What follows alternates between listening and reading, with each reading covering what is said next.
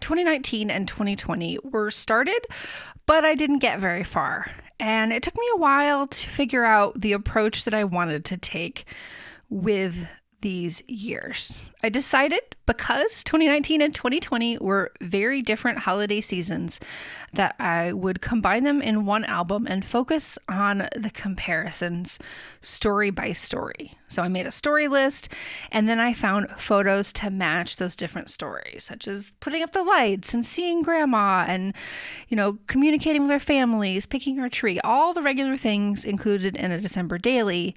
But I focused on those specific stories and just choosing one photo from each year for each story. And so that's 50 photos total with a few extra embellishments.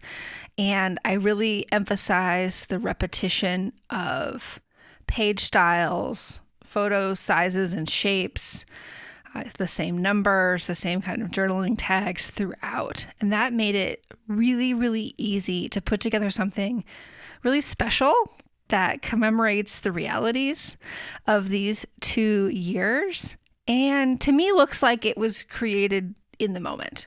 But in reality, I made it just at a weekend crop. And here at the end, you can see I included some of those pages that I did complete just because I liked them. And it didn't seem worth it to throw them out. It just seemed like I should include them in the back. And I did have a little note that references that this is a redo album.